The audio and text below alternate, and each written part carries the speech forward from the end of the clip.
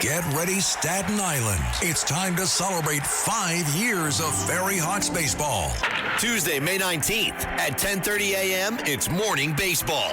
Wednesday, May 20th at 6:30 p.m., have a pawsome time at Bark in the Park. Thursday, May 21st at 6:30, it's Pride Night with $5 Bud or Bud Light draft beer. Individual game tickets start at just $12. Visit ferryhawks.com now to lock in your seats. Listen, all you New Yorkers. Taxi! Okay, man, we're looking around. This is the 77 WABC minicast. With us today is the former mayor of Miami, Francis Suarez. Well, Mayor Suarez, what the heck is going on with Cuba? Hey, John, it looks like the United States is getting itself ready to take some sort of action if the Cuban leadership doesn't do something about the fact that they have enslaved their people for a generation, that their people are starving without energy, and that they will no longer possess a geopolitical threat to our country, either by acting as a spy base for our adversaries, a narco state, or by exporting the ideology of communism throughout the hemisphere, which creates poverty and pushes illegal immigrants into our country. So that is the defining threat of Cuba. Our Secretary of State, Marco Rubio, knows it all too well, being a Cuban American like myself. And our president is laser focused on creating a generational set of peace and prosperity for our country. And this is a big step in that direction.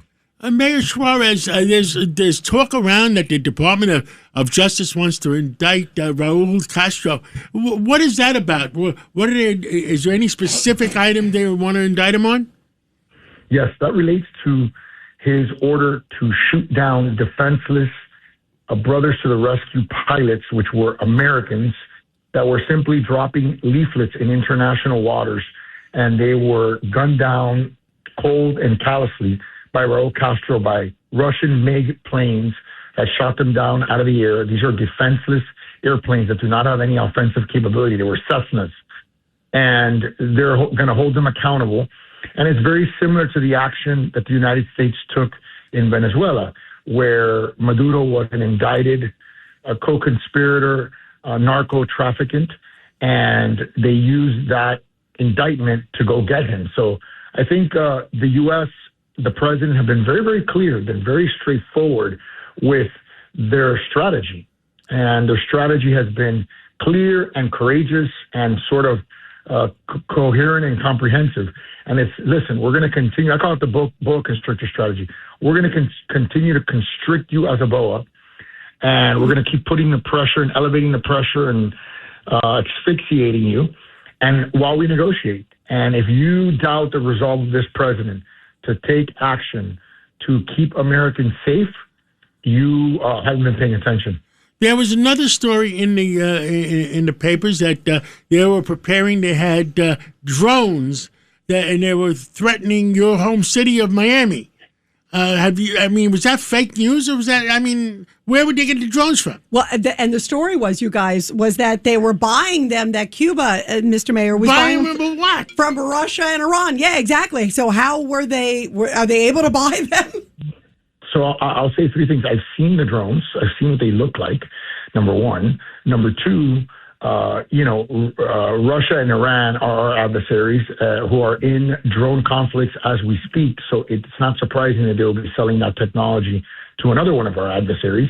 And there were further reports that there were Iranian advisors that were advising Cuba how to penetrate our defenses, similar to how Iran has able to maintain control of Hormuz and strike some U.S. military bases. So that they were sharing information was part of the very detailed reports.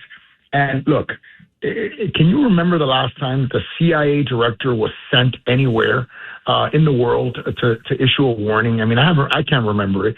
And so the fact that the CIA director went in person, that was public and publicized. I'm sure he goes privately and clandestinely around the world. That sends a massive message. And if you look at his social media, you can go on his social media right now. I would urge your listeners to do that. Go on his social media right now. He says, do not make the same mistake that Maduro made. He puts it on his social media. So again, the United States is not mincing words. They're not trying to be cute. They are being very transparent in what their intentions are. And I think the reason why they're doing it is because, again, they want to shut down a proxy base for our adversaries. They want to shut down this narco state, and they want to shut down the main exporter of the antithesis of our ideology, which is communism, throughout the hemisphere that propels poverty and illegal immigration into our country. Judge Weinberg. Mr. Mayor, good to talk to you again, sir. Is there any kind of opposition that's responsible and centrist and common sense and believe in freedom and democracy who can take over Cuba? You mean like a Maduro replacement, sort of? Yeah, well, Rodriguez is part of the team, so we made a deal with her, and that's swell, but she's still a communist, and she's still Maduro's handpicked person. Is there anybody in Cuba who can come to the fore? Look, I think that there's widespread protest from the Cuban people, number one. There's all kinds of very prominent political dissidents in Cuba, many of which are in jail right now. And that's one of the things that I'm sure the United States is putting pressure on the Castro regime, on the Diaz-Canel regime to fix immediately. But I think what the Trump administration has figured out or has sort of articulated as a strategy is it's very hard to do regime change immediately, right? You saw what happened in Afghanistan under Biden. You saw what happened in Iraq, right? When a country's not ready for democracy, and you're talking about Cuba that hasn't had a democracy since, for a long, long time. This is not a country that you can just flip a switch and say, hey, we're going to go to democracy tomorrow. So how the U.S. goes from, holding people accountable. They just sanctioned some of their generals, assemblymen, and party members as well, knowing that, these people are the people that have the country's wealth, billions and billions of dollars in the country's wealth, when most people live off $5,000 of per capita income a year.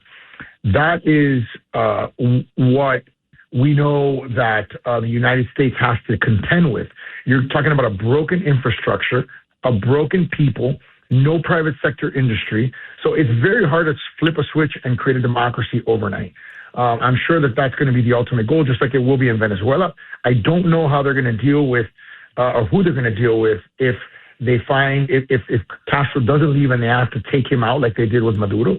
I think the situation with Delcy Rodriguez in Venezuela is a realization that the U.S. government has to help rebuild the economy quickly, right, through getting oil assets deployable and operational and getting the economy going so that there's assets that the people can actually use to create a real economy.